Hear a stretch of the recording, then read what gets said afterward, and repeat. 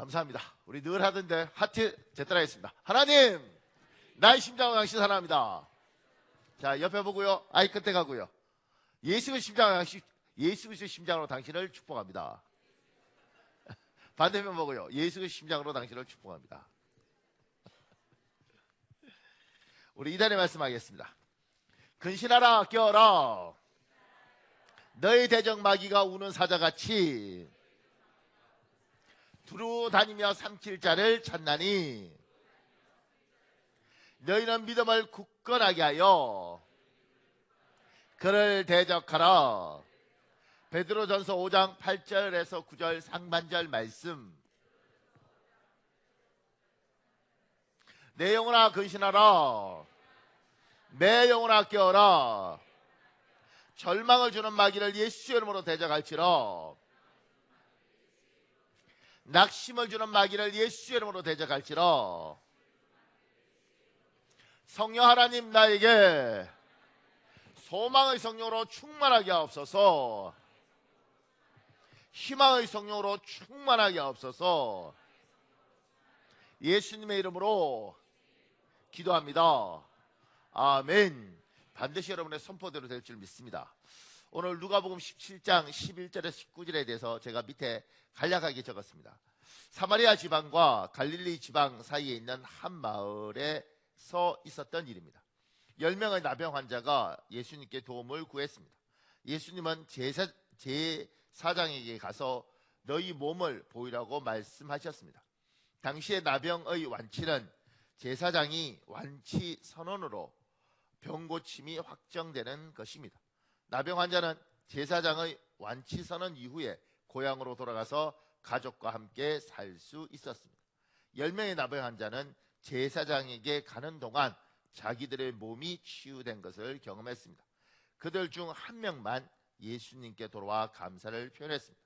나머지 9은 치유해진 예수님에 대한 감사 표시 없이 자기 길을 갔습니다.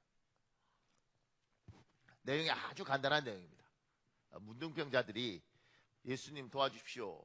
그래서 이들이 나았다는 거예요. 그 중에 하나만 돌아와서 주님께 감사하고 나머지는 자기 길을 갔다는 거예요. 너무 간단한 내용입니다.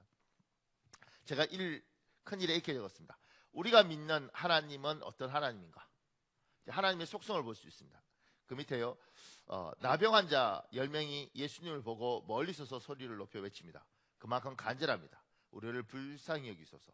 예수님은 그들의 호소를 외면하지 않으십니다. 제가 우리나라 응급실은 잘 모르겠고요. 미국 같은 경우에 제가 아는 바로는 아프잖아요. 막바로 응급실로 뛰어가면 일단 살려놓고 그 다음에 생각합니다. 그러니까 이게 뭐 수술 동의서 써라 뭐 이런 거 안 하고요. 피 철철 흘리는데 막바로 들어가면 일단 수술하고 무조건 살려놓고 그 다음에 생각을 합니다. 제가 그 구조를 보면서 일단 살려놓고 보자. 근데 예수 그리스도도 우리에 대해서 접근할 때 어떻게 하느냐면 일단 살려놓고 보자. 이게 하나님이 우리에게 향한 접근 방법이에요. 제가 그 밑에 있게 해줬습니다. 예수님은 살려달라는 그들에게 과거를 묻고 가문을 살펴보고 인격을 확인하고 완치 이후에 앞으로 어떻게 살 것인지 서약서를 받지 않습니다. 살려달라는 그들의 간절함에 예수님은 조건 없이 반응하셨습니다. 우리 로마서 10장 13절에 있습니다. 열어볼 겠습니다. 시작. 하나님과의 관계에서 하나님 살려주십시오. 그러니까 굉장히 뻔뻔해야 됩니다. 염치가 없어야 됩니다. 심지어 예의가 없어야 됩니다. 주님 살려주십시오. 주님 살아야겠습니다. 이 사람들은 문둥병은 가족하고 다 관계가 끊어지는 거잖아요. 얼마나 절박하겠어요. 그 절박한 사람들은 제가 사람들을 만나보니까 너무 절박한 사람은 염치가 없어요. 심지어 양심도 없어요. 왜냐하면 살아야 되니까 그런 거 따질 형편이 아니에요. 그래서 밀고 들어오는 겁니다. 하나님과의 관계에서는 뻔뻔스러움이 필요하더라고요. 그러니까 우리들 중에 너무 마음이 고운 사람, 목사님이 제가 하나님 앞에 어떻게 했는데요? 제가 하나님의 은혜를 받고 어떤 짓을 했는데요? 제가요 사실 과거가 어떤데요? 이러면 하나님 앞에 못 오는 거예요. 일단 살아야겠다. 굉장히 뻔뻔하게 염치 불구하고 살고 싶습니다. 살아야겠습니다. 난 지금 일단 살고 봐야겠습니다. 그 사람에게 주께서 그걸 인정하시는 거죠. 네가 옛날에 말이야 이렇게 말하지 않으시고 일단 살고 보자. 일단 살고 보자. 그 밑에요. 하나님은 우리의 간절한 두 가지 호소를 외면하지 않으십니다. 우리가 하나님 앞에 절박하게 외칠 때 하나님 일단 두 가지를 들어주시는데, 첫째는 그 밑에요. 하나님은 우리의 간절한 두 가지 호소를 외면하지 않으십니다. 첫 번째는 하나님을 만나고 싶다는 호소입니다. 이건 그냥 취미로 만나고 싶다는 게 아니에요. 하나님, 내가 살아야겠는데, 내가 살고 싶은데, 하나님 살아계십니까? 당신만 붙잡으면 산다는데 나 살려주시겠습니까? 살고 싶습니다. 그때 하나님을 만나는 거예요. 굉장히 절박하죠. 이 주명수라는 사람이 쓴 글이 있습니다. 보세요. 교회에서 전교인이 다 함께 전도 훈련을 받고 3명씩 조를 짜서 거리로 나갔다. 나는 구역장과 전도사님과 한 조가 되었다.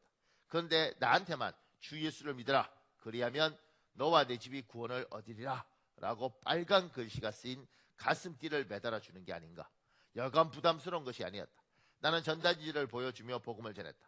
하나님의 아들인 예수님이 이 땅에 육신의 몸을 입고 오셔서 십자가에 못 박혀 죽으신 것은 우리의 죄악 때문입니다. 그걸 믿으셔야 돼요. 그래야 하나님의 자녀가 되는 것입니다.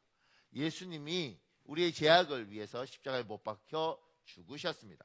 열심히 전하고 있는데 문득 마음속에 이런 생각이 파고들었다. 예수님이 우리의 죄악을 위해서 십자가에 못 박혀 죽으셨다고 전하지 말아라. 너는 정말 그 사실을 믿고 있느냐? 이상한 일이었다. 교회에 다니면서 무작정 믿었을 뿐 한 번도 이런 생각을 해본 적이 없었기 때문이다. 예수님이 사흘 만에 죽은 자 가운데 부활하셨습니다. 말로 전하지 말아라. 너는 정말 그 사실을 믿고 있느냐? 사실 나는 이런 고백을 진심으로 해본 적이 없었다. 이런 느낌이 든 것은 교회에 다닌 이후로 처음 겪는 일이었다. 그날 오후 집에 돌아와서 의자에 앉아 곰곰이 생각해 보았다. 나는 예수 믿는 사람인가? 나는 정말 기독교인인가? 아무리 생각해 봐도 나는 진정한 기독교인 같지 않았다. 나 자신이 예수 믿는 사람처럼 느껴지지 않았다. 예수 믿는 사람이라면 예수님 때문에 살고 예수님 때문에 죽어야 하지 않겠는가? 인생의 목표가 예수님이어야 하지 않겠는가? 나는 정말 그러한가? 아니, 나는 예수님을 위해 살지도 않고 죽지도 않아. 내 인생의 목표는 예수님을 위해 사는 것이 아니라 그냥 종교생활하는 거지. 친구 따라 교회에 가고 남들이 하니까 기도하는 거였지. 무엇보다도 가장 중요한 것은 교회 다닌 지 1년이 넘었지만 예수님이 믿어지지 않는다는 것이었다. 하나님, 제 자신의 기독교인 같지 않고 죄가 무엇인지 모르겠습니다. 하나님, 저는 하나님이 안 믿어지는데요. 답답했다. 해결책이 필요했다. 나는 이렇게 고백하지 않을 수 없었다. 하나님, 저는 정말 신앙인입니까? 신앙이라는 게 뭡니까? 신앙 때문에 죽고 살고 예수님이 나의 목적이 되는 게 신앙인 아닙니까? 그런데 하나님, 저는 과연 그렇습니까? 그 전에 하나님, 제가 정말 예수님의 능력으로 용서받아야 할 죄인이라는 사실이 받아들여지지가 않습니다. 인류의 죄 말고 나 주명수의 죄, 그 죄 때문에 주님이 돌아가셨다는데 그게 믿어지지 않습니다. 머리로는 달달달 외워지는데 제 마음으로는 믿어지지 않습니다. 하나님, 오늘 저녁에 정말 중요한 기도를 드리고 싶습니다. 이 문제로 정말 기도하고 싶습니다. 믿게 좀 만들어 주십시오. 그날 나는 교회를 다닌 후 처음으로 저녁 예배에 참석했다. 사실 그 전에 주일날 예배밖에 참석하지 않았던 것이다. 우린 통성으로 다 같이 기도합시다. 설교가 끝나고 목사님이 기도하자고 말씀하시자마자 교회 가장 뒤에 앉아있던 나는 강대상 앞으로 막 달려나갔다. 너무 갈급하니까 다른 것은 보이지 않았다. 강대상 앞에서 무릎을 꿇었다. 기도를 시작하려고 하는데 어디서부터 해야 할지 도통 생각이 나지 않았다. 그렇게 줄줄 나오던 기도가 꽉 막혔다. 사람을 감동시키면 무슨 소용이 있는가? 사람이 들으면 무슨 소용이 있는가? 사람이 아멘 아멘 해주면 무슨 소용이 있는가? 미사 여구 늘어놓지 않더라도 하나님이 들으시면 되는 것인데 나는 이제까지 헛된 기도를 했다는 생각이 들었다. 그래서 그래도 일어나지 않았다. 엎드려 하나님만 외쳤다. 땀을 뻘뻘 흘리면서 하나님만 부르짖었다. 그렇게 얼마나 시간이 흘렀을까? 마음이 따뜻해지면서 내가 죄인이라는 것과 예수님이 나의 죄를 위해 십자가에 달려 돌아가셨다는 사실이 고스란히 믿어지기 시작했다. 그러면서 눈물이 쏟아지기 시작했다. 나는 울었다. 나는 초등학교 5학년 때 할머니 꼭 성공해서 돌아올게요 하고 할머니와 헤어지고 서울에 올라와 한 달 동안 울며 지냈다. 그리고 다짐했다. 앞으로 다시는 울지 않겠다고. 부모 없이 살다가 서울까지 왔는데 입을 악물고 공부해야지. 내가 왜 우는가? 그 뒤로는 울어본 적이 없었다. 그런데 예수님이 나의 딱딱한 영혼을 만져주시니까 그렇게 눈물이 쏟아질 수 없었다. 명수야, 하나님 없이 내가 혼자 살아가려고 하는 게 바로 죄란다. 하나님의 품을 떠나 있는 것, 그게 바로 죄구나. 그제야 죄가 무엇인지를, 내가 영락없던 죄인이라는 사실을 깨달았다. 그전까지 나는 죄가 무엇인지 모르는 무식한 사람이었던 것이다. 그제야 비로소 예수님이 나의 죄를 사하기 위해 십자가에 못 박혀 돌아가셨다는 사실이 마음속 깊이 믿어졌다. 나는 믿는 것과 믿어지는 것이 다르다는 것을 알았다. 믿는 것도 내 의지로 확신해 믿는 것이다. 하지만 믿어지는 것은 성령님이 도와주시지 않으면 안 되는 것이다. 내가 노력해서 얻는 것이 아니라 받기만 하는 선물 같은 것이다. 성령님은 내게 그렇게 다가오셨다. 예수님이 살아계신 것을 깨닫고 나니 윤리적인 실수는 큰 문제가 되지 않았다. 가장 큰 죄는 교회를 1년 반 다녔지만 하나님이 살아계실까 반신반의하며 종교 생활을 했던 것이다. 예수님 죄송합니다. 제가 지금까지 하나님을 반신반의했던 것, 하나님을 장식품으로 삼았던 것, 교회 생활을 문화생활 중의 하나로 생각했던 것 용서해 주십시오. 지금까지 죄가 뭔지도 모르고 살았는데 이제야 죄가 무엇인지 깨달았습니다. 예수님이 나의 죄 때문에 십자가에 못 박혀 죽으신 사실이 이제 믿어집니다. 하나님, 이 믿음을 주심에 감사합니다. 그렇다면 저도 이제 주님을 위해서 살아가는 것을 제 삶의 목표로 삼겠습니다. 인생이 어디서 왔어, 어떻게 살아야 하며 어디로 갈 것인지 한순간에 해결됐다. 그것을 분명하게 하는 사람이 됐다. 인생의 실마리가 풀렸다. 내 인생의 터닝 포인트였다. 예수님이 믿어지던 그 순간 너무 행복했다. 그전에도 없었고 앞으로도 없을 것이다. 내가 대통령이 된다 해도 장관이 된다 해도 이때처럼 행복해 하지는 않을 것이다. 아무것도 달라지지 않았지만 내 마음에 기쁨이 몰려들었다. 내가 너에게 주는 이 기쁨은 세상의 기쁨과 다르다. 그제야 내 삶의 평화가 이루어졌다. 제가 이분 얼마 전에 만나서 같이 이야기하니까 이때가 언제냐면 사법고시 합격하고 연수원 시절이었대요. 그래서 미치겠더라는 거예요. 왜냐하면 기도하고 이게 너무 좋은데 이게 공부를 해야지 판사나 검사가 되는 건데 공부보다 예수님이 너무 좋아서. 근데 공부 제대로 못했는데 검사가 됐다 그러더라고요. 나이가 많으세요. 지금 70인가 그러신데 하나님 앞에서 절박하게, 지금 이 나환 자들은 주님 고쳐주십시오 이게요 절박한 겁니다. 우리들 중에서도 하나님을 정말, 하나님 정말 내가 하나님 만나고 싶습니다. 하나님 만나서 내가 드릴 말씀이 있습니다. 내가 하나님 당신을 만나야지 될 것 같습니다. 안 만나면 내가 인생의 길이 없습니다. 이 사람들이 하나님을 만나는 겁니다. 물론 제가 보니까 얼떨결에 왔다가 하나님 만난 사람도 있더라고요. 이렇게 기도 안 해도 무슨 복인지 태어날 때부터 예수님을 만나고 자라면서 자연스럽게 하나님이 자기 마음에 있다는 걸 믿어지는 복된 사람들이 있더라고요. 근데 누군가는 하나님, 내가 당신 안 만나면 앞으로 인생이 어떻게 될지 모르겠습니다. 정말 내가 이대로 가면 어떻게 될지 모르는데 하나님 살려주십시오. 내가 살아야겠습니다. 살고 싶습니다. 그러면서 만나는 거죠. 저도 교회 가서 하나님 만날 때는 그때는 너무 어려니까 22살밖에 안 되니까 하나님 앞에 그랬다니까요. 하나님, 당신이 날 만나주시면 내가 이쪽 팔을 잘라서 드리겠습니다. 지금 생각도 웃기죠. 그분이 이거 뭐 어디다 쓰겠어, 그죠? 근데 저는 그랬어요. 저는 내가 신이 될 거니까 이 판은 실을 써야 되니까 안 되고, 근데 컴퓨터가 없었잖아요. 이 판을 잘라주겠습니다. 정말 만나주십시오. 왜냐하면 내가 앞으로 어떻게 살아야 될지도 모르겠고 이대로 가다가 내 인생이 어떻게 망가질지도 모르겠는데 정말 만나주십시오. 그러니까 지금 우리들 중에서도 누군가는 직분이 목사이든 집사이든 장로이든 다시 하나님을 만날 필요가 있는 사람들이 있는 겁니다.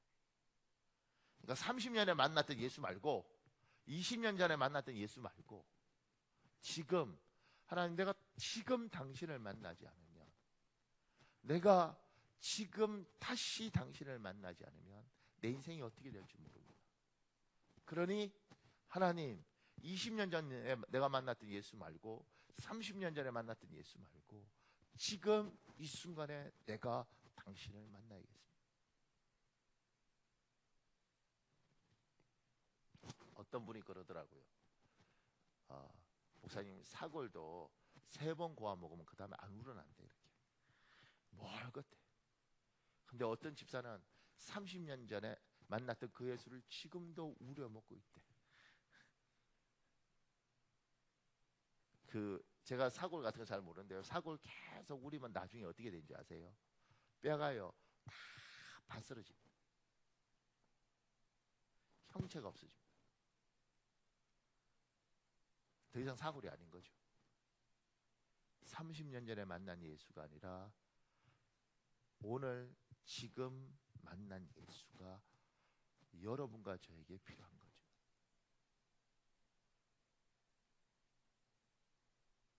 사랑하는 여러분, 오늘 이 예배 시간에 또 기도할 때 반드시 하나님을 다시 만나시길 예수님 이름으로 축복합니다. 제가 그 밑에요, 하나님은 우리의 간절한 2가지 호소를 외면하지 않으십니다. 두 번째는 나의 절대적 필요에 대한 호소입니다. 하나님 앞에, 하나님, 내가 하나님을 믿지만 내 인생이 정말 필요한 게 있습니다. 우리 잠언 30장 7절에서 9절이 있는데 7절을 제가 읽을 테니까 8절 9절을 여러분 읽으십시오. 내가 2가지 일을 주께 구하였사오니 내가 죽기 전에 내게 거절하지 마시옵소서. 시작.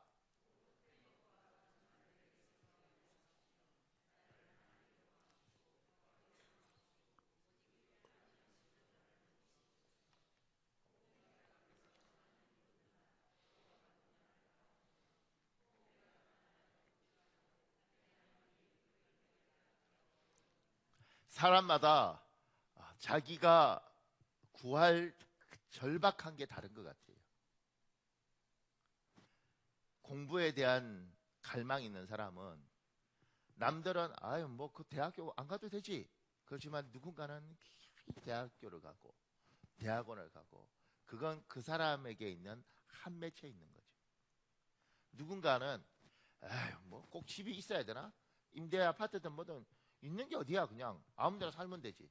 그런데 어렸을 때부터 이 집 저 집 옮겨 살면서 평생 내 집을 가진 게 소원이라고 하면서 죽어간 엄마를 본 사람은 반드시 자기 집을 가지고 싶어요. 제가 아는 어떤 분은 힘들어도 반드시 집을 사더라고요. 무리해서. 그것도 큰 집을. 처음에는 몰랐는데 나중에 이야기하니까 그러시는 거예요. 자기가 너무 가난하게 자랐고 집 없는 서러움을 너무 많이 받았기 때문에 자기가 돈 벌면 가장 먼저 해야 될 일이 뭐냐면 집 사는 거였다는 거예요. 그 사람한테는 그게 절박한 거죠. 여기서 볼 때 아유 그게 뭐가 중요해. 근데 그에게는 정말 절박한 거라고. 하나님 앞에서 우리가 하나님 나에게 2가지 소원이 있습니다 이렇게 이야기할 때 남들은 다 손가락질하고 비웃을 수 있어도 하나님께서 그렇구나, 너한테는 너무 절박하고 나한테는 너무 간절한 거구나. 이걸 들어주지 않으면 저 아이가 평생을 울면서 살겠다. 이걸 허락하지 않으면 저 아이가 평생 가슴을 칠 수 있겠다. 하나님이 그 2가지 소원, 여기에 잠언에 말한 이 사람이 말했던 걸 들어주시는 거죠. 여러분에게 하나님을 만나서 하나님 앞에, 하나님 내가 정말, 하나님이 다른 건 몰라도 하나님이 정말 이것만큼은 외면하시면 안 됩니다. 이게 여러분한테 있느냐는 거예요.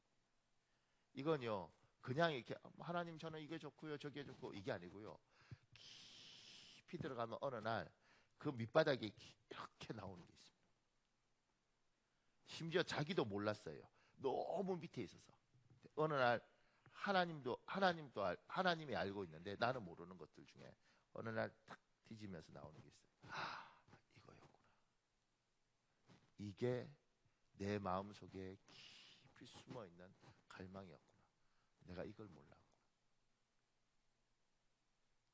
여러분한테 그게 있습니까? 이걸 몰랐구나. 내가 이걸 몰랐구나. 그걸 하나님 앞에 솔직하게 이야기할 때 하나님께서 정말 네가 그걸 원하느냐? 내가 외면하지 않겠다. 근데 제가 재밌는 건 자기가 뭘 원하는지 모르는 사람들이 생각보다 많습니다. 주시면 좋고요, 안 주시면 할 수 없고요. 역대상 4장 9절에 10절에 있습니다. 제가 9절을 읽을 테니까 10절 여러분 읽으십시오. 야베스는 그의 형제보다 귀중한 자라. 그의 어머니가 이름하여 이르되 야베스라 하였으니 이는 내가 수고로 낳았다 함이더라. 시작.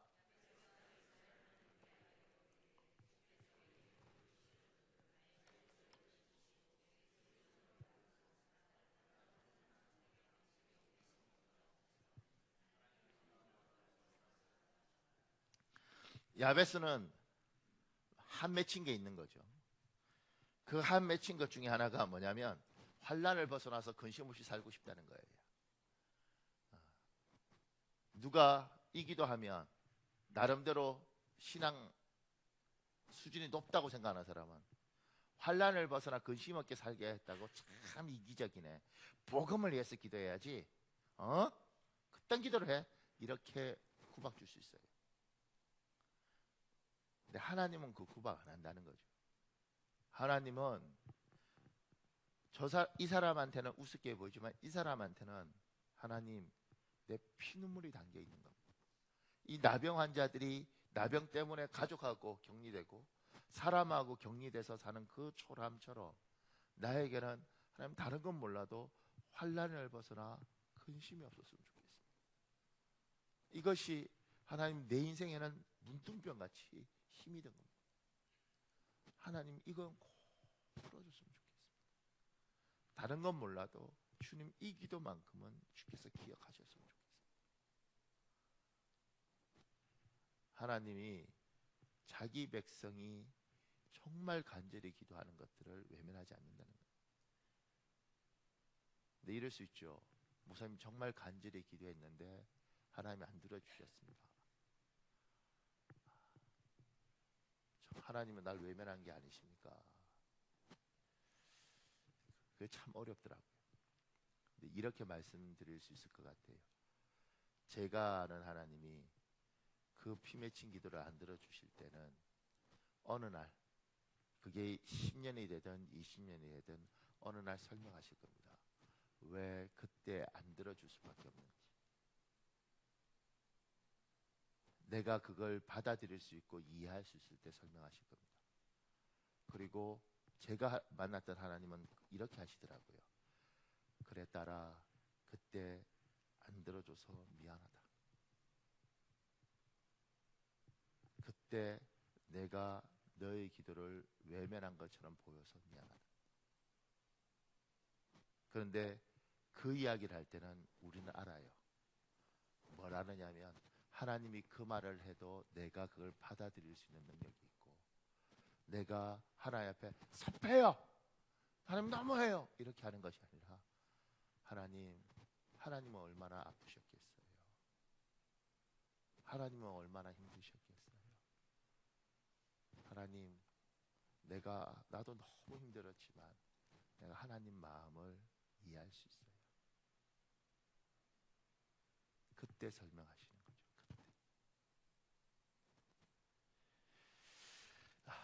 그 밑에 큰 2번에 제가 이렇게 적었습니다. 우리의 간절한 호소에 응답하시는 하나님, 응답 이후 우리 삶에 대한 기대가 있습니다. 그 밑에요, 예수님은 은혜를 베푸시는 것을 기뻐하십니다. 은혜 받은 이후 우리 모두의 삶에 기대감을 가지십니다. 주님은 여러분과 저에게 은혜 베푸는 걸 참으로 좋아하십니다. 그 이유가 기대감이 있습니다. 누가복음 17장 17절에 있습니다. 여러분 읽어볼래요? 시작.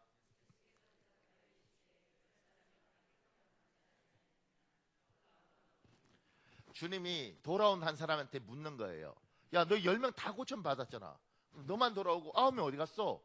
이렇게 말하는 것이 기대감이 있었던 거예요.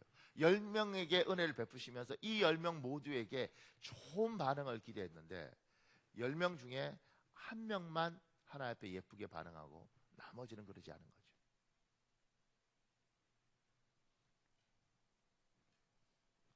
그러니까 제가 목사가 되어서 이렇게 시간이 가면서 가장 많이 놀라는 건요, 하나님은 참 많은 사람에게 은혜를 베푸십니다. 그리고 제가 봤을 때 여러분과 제가 인생 살면서 뒤통수 맞았다, 배신당했다 뭐 이런 이야기 하잖아요. 이 인류 역사를 통해서 가장 많이 배신을 당한 분은 하나님인 것 같아요. 너무 많은 사람에게 은혜를 베풀었는데 그들이 참 하나님의 뒤통수를 치고 하나님을 마음을 아프게 한 사람들이 너무 많다. 제가 목회하면서 보게 되는 것 같아요. 야, 저 정도 은혜를 받았는데 어떻게 저렇게 행동을 하지? 저렇게 하나님의 은혜와 하나님께서 주시는 복을 받았는데 왜 저렇게 반응을 하지? 생각보다 그런 사람들 참 많습니다. 그리고 놀라기도 합니다. 그 밑에요. 예수님은 우리에게 어떤 기대감을 가지고 계시는가? 제가 이렇게 적었습니다. 큰 소리로 하나님께 영광을 돌리며 15절처럼 하나님께 영광 돌리는 우리의 삶을 기대하셨습니다. 사람들에게 주님께서 여러분도 저도 예수 믿게 하시고 은혜 베풀어 주시고 때로는 우리가 기도하면서 5년 10년 오면서 하나님이 많은 걸 주시잖아요. 공부도 시켜주시고 길도 여시고 직업도 주시고 물질도 줘보시고 하나님 그걸 주시면서 기대하시는 거죠. 지금 이 나병 환자에게 은혜를 베풀었을 때 영광을 돌리는 것처럼 영광을 돌리기를 원하시는 거예요. 근데 이제 제가 보면 가장 큰 착각이 뭐냐면 교회 와서 이렇게 찬송하고 이러면 이게 영광이라고 생각하는 거예요. 틀린 건 아니죠. 하나님 고맙습니다. 하나님 감사합니다. 이게 영광이죠. 그런데 그거 말고 굉장히 중요한 게 하나 더 있다는 거예요.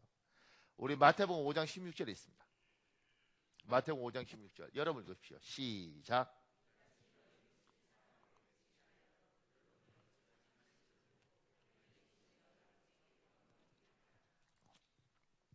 하나님께 영광 돌리는 방법 중에 하나가 뭐냐면 너의 착한 행실을 보고 여러분과 제가 예수 믿는 거 압니다. 사람들이. 그리고 우리의 행실을 사람들이 봅니다. 제가요 벽산 아파트 삽니다. 벽산 아파트 살면 지나가다 항상 경비 아저씨들을 보면 인사를 해요. 근데 경비 아저씨들이 워낙 자주 바뀌고 누가 누군지도 모릅니다. 그냥 옷 입으시면 제가 인사를 하죠. 어느 날 지나가면서 안녕하세요. 그러니까 경비 아저씨가 그러더라고요. 예 목사님 이러더라고. 그 순간 제가 조심해야겠다. 가다가 침 뱉으면 안 되겠다. 이런 생각이에요. 근데 여러분들이 하나님을 섬기고 있다는 걸 누군가는 보고 있다는 거죠. 누군가는 알고 있다는 거죠. 가장 무서운 건 누군지 아세요? 여러분 애예요. 아빠 집사잖아. 이렇게. 아빠 오늘 왜 교회 안 가? 아 피곤해서. 집사잖아.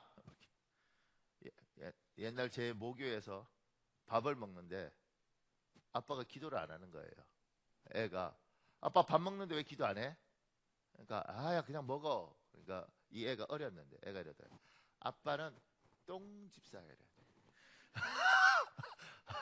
그 아빠가 너무 충격. 아빠는 똥집사. 애가 보고 있어요. 제가 밑에 이 양승봉이라는 분이 있는데 부산대학교 의대를 나왔어요. 근데 이 사람보다 여기에 나오는 일본 사람 이야기를 좀 생각하면서 읽어봤으면 좋겠는데요. 보세요. 1995년 12월쯤이니까 현지 적응 훈련을 받느라 정신없던 시절이었습니다. 집에서 쉬고 있는데 밖에서 녹화하는 소리가 들렸습니다. 네팔에 들어온 지 고작 4개월, 집을 오갈 만큼 친한 친구는 아직 사귀지 못했습니다. 문을 열고 나가보니 키가 자그마한 초로이 신사가 헬멧을 벗으며 인사를 했습니다. 파탄 병원에서 해부병리 전문의로 일하는 일본인 의사 기무라 선생이었습니다. 몇 번 마주쳐서 얼굴을 알고 있었지만 말을 섞어본 적이 없는 사이였습니다. 선생은 오늘 자기 집에 와서 저녁을 먹으면 어떻겠느냐고 물었습니다. 두말할 것 있나요? 당연히 오케이지요. 기무라 선생 댁은 검소했습니다. 네팔에 나와서 일하는 외국인들은 대개 대궐같이 큰 집에 사는데 기무라 선생 내외는 성교부가 마련해준 소박한 집을 그대로 쓰고 있었습니다. 문이 열리자 고기 굽는 냄새와 연기가 주인보다 먼저 달려 나왔습니다. 양념에 잰 고기를 숯불에 굽는 듯 했습니다. 손님 올 시간은 다 됐지. 요리 준비는 안 끝났지. 안주인의 얼굴에는 황망하고 미안한 표정이 여실합니다. 그렇다고 밥상이 부실했던 건 아닙니다. 식탁에는 이미 갖가지 요리가 그득했습니다. 심지어 직접 담았다는 깍두기까지 올라와 있었습니다. 이건 외국인이 어설프게 만든 한국 요리가 아니었습니다. 본고장 사람이 제대로 손맛을 낸 음식들이었습니다. 솜씨가 예사롭지 않다 했더니 안주인 수니타 씨는 국제적으로 자격을 인정받은 요리사였습니다. 식탁의 분위기는 한없이 따뜻했습니다. 두 양반 모두 얼마나 이야기를 재미있게 하든지 몇 분에 한 번씩 웃음이 터졌습니다. 그렇게 얼마나 시간이 지났을까요? 수니타 씨가 남편에게 넌지시 주의를 주었습니다. 이제 허튼 소리 그만하고 본론을 얘기하라는 눈치였습니다. 해맑기만 하던 기무라 선생 얼굴에 긴장감이 섞였습니다. 분위기가 숙연해졌습니다. 순간 놀라운 일이 벌어졌습니다. 갑자기 선생의 눈에서 굵은 눈물이 후두둑 떨어졌습니다. 감정이 격해져서 쉬 말을 꺼내지 못했습니다. 한동안 힘들어하다 꺼내놓은 말은 뜻밖이었습니다. 일본이 한국을 침략해서 저질렀던 못된 짓들을 용서해 주십시오. 일본인들이 한국인들을 괴롭혔던 걸 정말 미안하게 생각합니다. 그리고는 얼른 식탁에서 일어나 안방 쪽으로 달려갔습니다. 흐르는 눈물을 주체하지 못하는 모습이었습니다. 나라가 저지른 잘못을 개인적인 죄로 받아들이고 이처럼 진지하게 사죄하는 이는 처음 보았습니다. 뜻밖의 받게 된 정중한 사과에 어떻게 반응해야 할지 혼란스러웠습니다. 용서요? 참마음으로 뉘우치는데 당연히 용서해야지요. 과거를 잘 정리하고 앞날을 기약할 필요가 있으며 거기에 크리스천이 중요한 역할을 해야 한다는 이야기를 나눴습니다. 기무라 선생 내외는 JOCS라는 단체의 소속이었습니다. 일본이 제2차 세계대전 전후로 만행을 저질렀던 동남아 국가들에게 사죄하기를 원하는 크리스천들의 모임이었습니다. 의료인들을 비롯해서 다양한 일을 하는 회원들이 동남아 각국에 나가 활동하고 있었다고 합니다. 두 양반은 언젠가 기회가 생기면 한국인들에게 직접 사과의 뜻을 전해야겠다는 마음을 가지고 있었습니다. 그래서 같은 선교부에 한국인 의사가 들어왔다는 소식을 듣자마자 저녁 초대를 했던 것입니다. 기무라 선생은 뛰어난 의사이자 학자였습니다. 병리 의사로서는 일본을 넘어 세계적으로 인정받는 위치에 있었습니다. 일찌감치 뛰어난 연구 업적을 쌓아서 미국의 병리학 교과서에 이름을 올릴 정도였습니다. 저 사람이 누구냐? 저 사람이 예수 믿는 사람이야. 하나님을 경외하는 사람이야. 하나님을 경외하는 사람은 저렇게 사는 거예요. 착하게 산다는 게 그냥 남한테 좋게 해준다는 게 아니라 이 사람 같은 경우는 이제 일본인들 중에 뭐 이런 거 잘 모르거든요. 왜냐하면 역사를 안 가르쳐요, 제대로. 제가 와세다 대학 다니는 애를 마사토라 애를 만났는데 잘 모르더라고요. 자기 나라 이게 일본이 우리한테 무슨 짓을 했는지 잘 몰라요. 그런데 일본인 중에 기독교인들이 잘못을 잘못이라고 생각하고 움직이는 거죠. 그때 사람들이 보는 겁니다. 저 사람들은 누구야? 저 사람들은 예수 믿는 사람들이에요. 예수 믿는 사람들은 죄에 대해서 민감하대. 자기들의 잘못을 사죄해야 된대. 생각이 다른 거죠. 그때 하나님께서 뭐요? 영광을 받으시는 겁니다. 저 부분은 부부싸움을 안 한다네. 왜? 예수 믿는데. 저 부분은 부부싸움을 전쟁을 친다네. 뭐. 왜? 믿음으로 싸운대. 죄송합니다. 아주 믿음으로 목숨을 걸고 싸우는 부부가 있죠. 근데 보고 있는 거죠. 사람들이. 우리가 하나님에게 은혜를 받으면 하나님 기대하는 거예요. 내가 저거에게 은혜를 베풀었는데 쟤는 어떻게 살려나? 쟤는 앞으로 어떻게 행동하려나? 그 기대가 있으니까 은혜를 베푸신 거죠. 여러분과 제가 아이를 낳았어요. 우리가 왜 아이를 낳습니까? 기대가 있으니까 애를 생산하는 거죠. 지금 의외로요, 지금 젊은 부부들 중에 아이 안 낳는 부부 많습니다. 왠지 아세요? 선배들이 사는 걸 보니까 자식 낳아서 도움이 안 돼. 인생이 피곤해. 안 낳아. 기대가 없는 거예요. 기대가 없어요. 우리 교회 젊은 부부들 중에서도 애기 안 낳겠다고 하는 부부들이 있어요.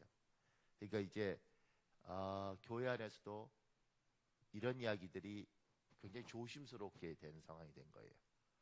왜냐하면 공식적으로 아기를 안 낳겠다 그러니까. 왜냐하면 너무 피곤하고 너무 힘든 거죠. 아이를 낳았을 때 기대가 없는 거예요. 예수 그리스도도 너무 피곤하고 너무 힘들어서 다 필요 없어 이러면 더 이상 하나님의 은혜를 안 베푸시겠죠. 하나님이 사람에게 은혜를 베푸십니다. 기대하죠. 저들 중에서 반드시 은혜를 아는 사람이 착한 행실로 하나님께 영광을 돌리고, 바닷물이 3%가 염분이 있다는 거예요. 97%는 맹물이고, 그 3% 때문에 물이 짜요. 하나님이 이 땅에 3% 기독교인을 원하죠. 그것만 있어도 세상은 부패하지 않는 거예요. 근데 우리나라 한 20% 되잖아요. 힘이 없죠. 착한 행실로 하나님께 영광 돌리는 게 뭘까? 내가 은혜를 하나님이 나에게 베풀었을 때 하나님이 나에게 무엇을 기대하는가? 근데 분명한 건 지금 여기 은혜 베풀었는데 10명 중에 9명 없는 거예요. 하나 온 거예요. 하나. 우리들 중에서도 하나님이 수없이 많은 사람에게 은혜를 베풀었는데 그 중에 1명 정도밖에 못 건지는 거예요. 제가 우리 선배 어떤 목사님을 만났는데 시간이 지나면서 그분에 대해서 굉장히 좋게 생각이 되는 것 같아요. 처음 아주 부정적으로 생각했는데 잘 모르고 사람이 멀리서 그냥 겉으로 판단하면 안 되는 것 같아요. 성격이 괄괄하긴 하지만 그분이 이런 이야기를 하더라고요. 막 괴로워하는 거예요. 큰 교회인데 뭘 괴로워하시냐면 이러는 거예요. 하나님이 이렇게 좋은 자리에 이렇게 일찍 목회하기로 하셨는데 내가 이렇게밖에 못하는 것을 보면서 괴롭다 이러더라고. 하나님이 큰 걸 주신 거죠. 좋은 걸 주신 거죠. 그런데 나 말고 다른 사람에게 이렇게 좋은 걸 주셨으면 그 사람은 얼마나 예쁘게 했을까. 그런데 나에게 이렇게 좋은 걸 주셨는데 나는 왜 이렇게밖에 못하는가. 너무 하나님께 미안한 거예요. 제 같은 경우도 하나님이 만약에 저 말고 다른 누구에게 저만큼 투자했었으면 그 사람은 어떻게 했을까 이런 고민을 어젯밤에 많이 했어요. 나 말고 딴 사람한테 그렇게 많은 돈을 들여서 그렇게 많은 경험들을 시키고 그렇게 많이 훈련시켰으면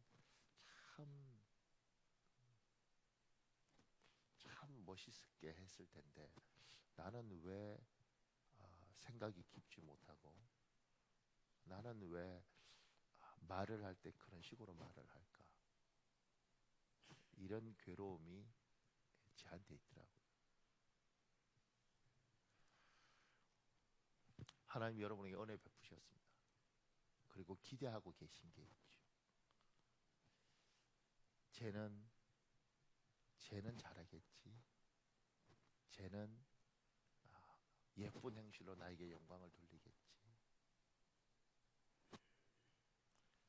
또 하나는요. 밑에 예수의 발 앞에 엎드려 감사하니 이 사람이 감사를 해요.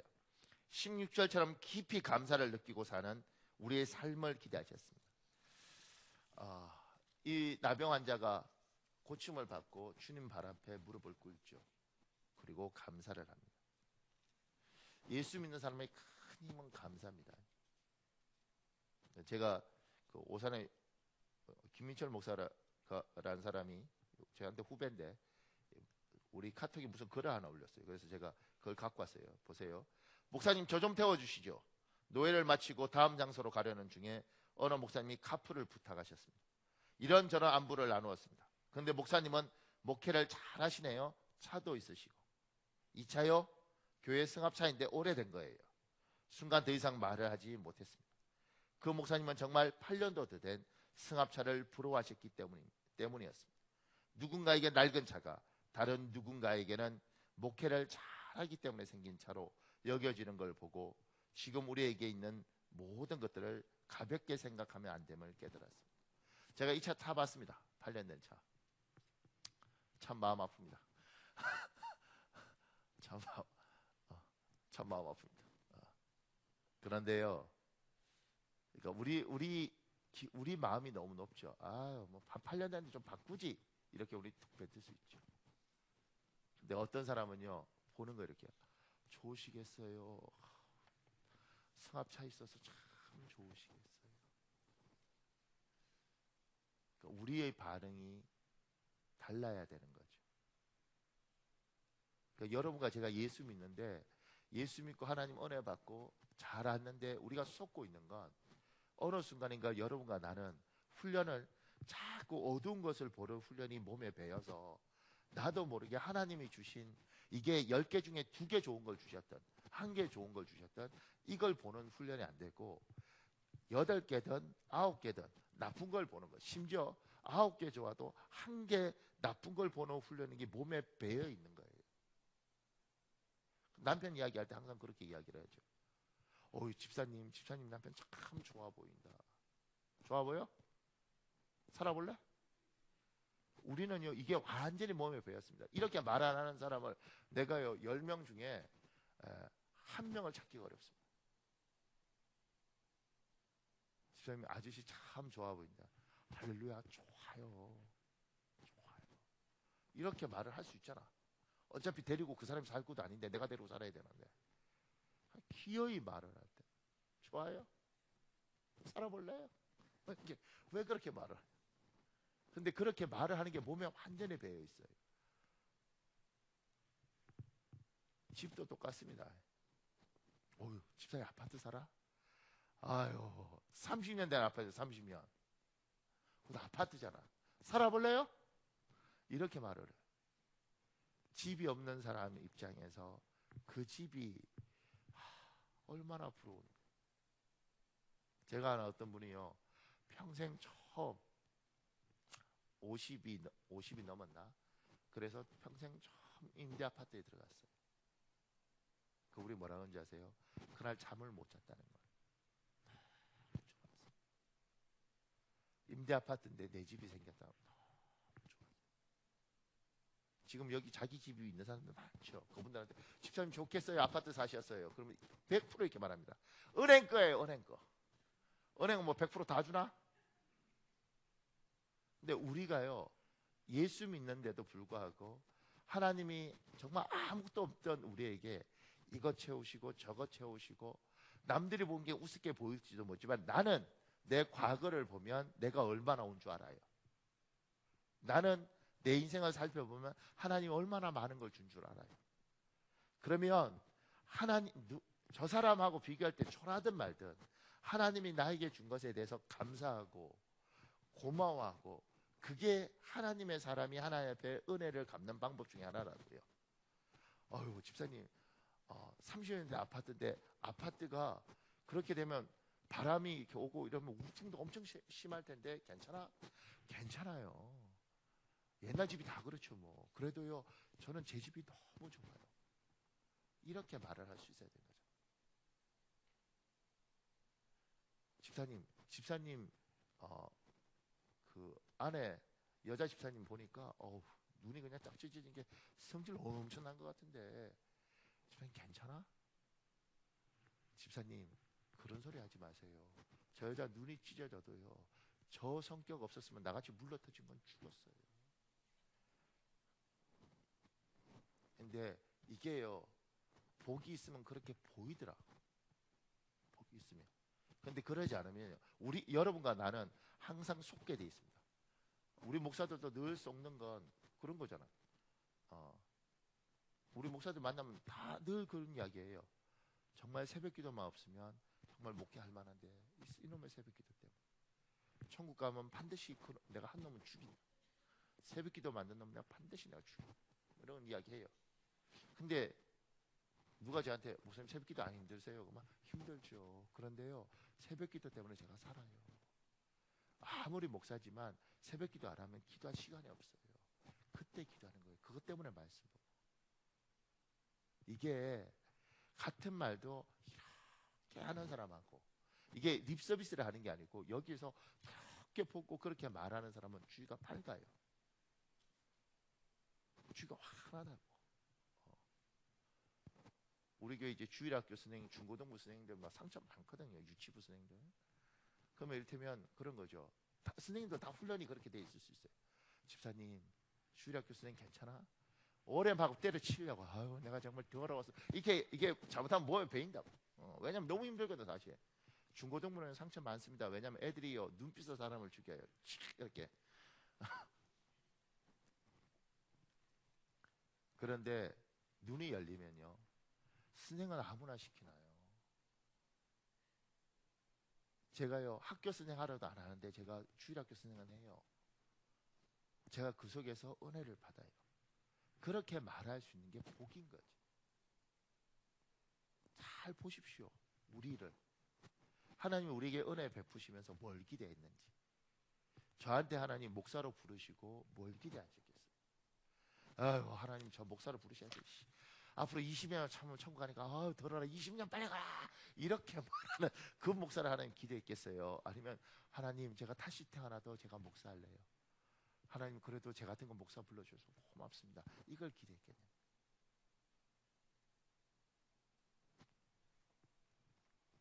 제가 밑에 조금 더요.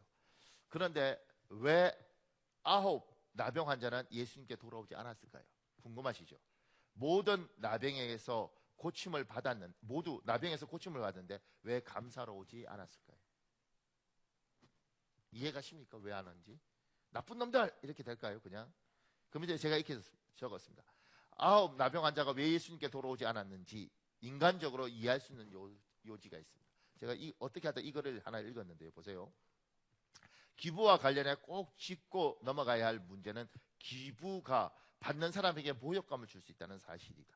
일본에서 매년 100명 정도가 굶어 죽는다고 한다. 경제 대국에서 어떻게 많은 사람이 아사를 한다는 것은 쉽게 이해가 가지 않는다. 그런데 꽤 많은 사람이 자존심 때문에 생활보호 대상자로 등록하기를 꺼린다고 한다. 아마 우리나라에서도 마찬가지일 텐데 제도만으로 인간의 심리를 다스릴 수 없음을 보여주는 것이다. 흔히 듣는 말 중에 머리털 검은 짐승은 거두지 마라 라는 말이 있다. 형편이 어려운 친척을 데려다가 대학 졸업 때까지 입히고 먹이고 채웠는데 나중에 한번 찾아오기는커녕 험담까지 한다는 것이다. 겉으로 보자면 은혜를 입은 사람이 마땅히 고마워하고 보답해야겠지만 시혜를 받은 사람의 마음은 고마움과 함께 사소한 소남도 있었을 것이다. 어려운 시절을 남의 도움으로 견뎌야만 했던 것이 자존심에 큰 상처를 남겼기에 다시는 돌아보지 않으려고 하는 것이 더 큰 이유인지도 모른다. 우리는 지금 기부에만 신경 쓰고 있다. 즉 기부를 받는 사람들에 대해서는 크게 신경을 쓰지 않는다. 우리가 누군가에게 기부를 하면 그 사람에게 당연히 도움이 될 것이고 도움이 된다면 고마워할 것이라고 막연하게 생각한다. 하지만 이런 막연함을 세심한 배려로 바꾸지 않으면 기부는 양극화의 갈등을 더 악화시킬 수 있다. 기부를 받는 사람이 더 자존심이 상하고 상한 자존심이 적대감으로 변할 수 있기 때문이다. 글 잘 썼죠. 그리고 여러분 공감이 되죠. 근데 이런 생각 안 들어요? 에이 아니야 이런 생각 안 들어요.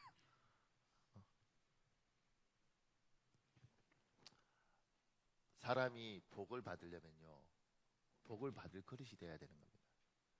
머리털 검은 짐승을 거두지 않는다. 왜냐하면 그 집에서, 여기 말대로 그 집에 있으면서 저긴 친자식이라고, 나는 친자식 아니라고, 99까지 줘도 좋은 거 필요 없고 딱 하나가 쌓이는 거예요. 계속 어느 날 뭐요? 복수하는 거예요. 이 사람은 복을 받을 그릇이 아닌 거죠. 복 받을 그릇은요, 나에게 주신 것에 감사하는 거예요. 데려다 길러준 게 어딘데, 밥 먹여준 게 어딘데, 좋은 걸 보려고 하는 거지. 그러니까 그것 자체가 복을 받게 합당한 거예요. 하나님과 여러분의 관계 속에서도 때로는 이 9명은 이 병은 나았겠죠. 그 다음에 어떻게 살았을까? 다시 병이 안 걸렸을까? 모든 인생이 탄탄대로였을까? 근데 돌아온 이 한 명은 감사를 하는 것이고 고마움을 하는 거예요. 다시 예수께 도움을 구하면 예수께서 도와주셨을 거예요. 고마움을 하자. 감사를 하자. 다시 주님 앞에 힘을 달라면 주님이 힘을 주셨을 거예요. 왜냐하면 은혜를 알자. 하나님 앞에 어떻게 살아야 될 줄 알자. 여러분과 제가 예수를 믿고 시간이 지나면서 처음 예수를 믿고 너무너무 기쁘고 너무너무 감사했어요. 그리고 하나님을 위해서 기꺼이 희생을 했어요.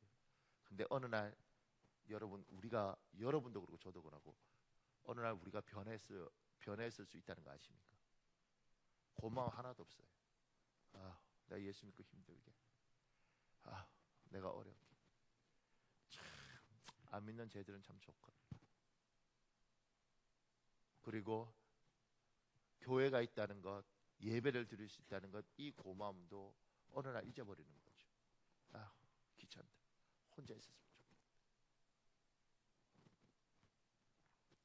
제가 주님이 우리에게 은혜를 베푸시면서 이 사마리아 나병 환자처럼 주님께 무릎 꿇고 주님 고맙습니다. 내가 당신을 찬양합니다. 내가 행실로 찬양합니다. 하나님이 이 사람을 찾는 거예요. 은혜 쫙 베풀어 놓고 이 사람들을 찾고 이 사람들에 대해서 그래 너희가 은혜를 아는구나. 그러면 얘야 복이 있으니 더 받아라. 너는 복을 받을 그릇이 되니까 더 누려라. 2018년은 끝났습니다. 이제 내년을 살잖아요. 오늘 하나님께 은혜 달라고 그랬을 때 하나님 은혜 주시면 그 은혜를 가지고 이 사마리아 문둥병 환자처럼 하나님을 찬양하고 감사하고 고마워하고 좋은 것들을 보고 그리고 내년을 살아가는 겁니다. 그러면 주님께서 네가 은혜를 하는구나. 네가 복을 받을 그릇이 되는구나. 그렇게 가는 겁니다. 과거가 어떻게 살았든 그건 저는 항상 그렇게 이야기하게 되더라고요. 과거가 어떻게 살았든 그건 중요하지 않습니다. 우리에게는 돌이킬 수 있는 힘이 있고 하나님 미안합니다. 제가 잘못했습니다. 하나님 내가 하나님 은혜를 찬양하고 살겠습니다. 주님이 주신 은혜를 내가 감사하고 살겠습니다. 그리고 하나님 내가 복된 행실로 하나님께 영광을 돌리고 내가 감사하고 살겠습니다. 오늘 나를 다시 한번 만나주시면 내가 그렇게 살겠습니다. 우리 이 시간에 한 10분 정도 통성으로 기도할 수 있거든요. 우리 주여 한번 간절히 부르시고요. 하나님 오늘 시간에 날 만나주시면 내가 다시 한번 그렇게 살겠습니다.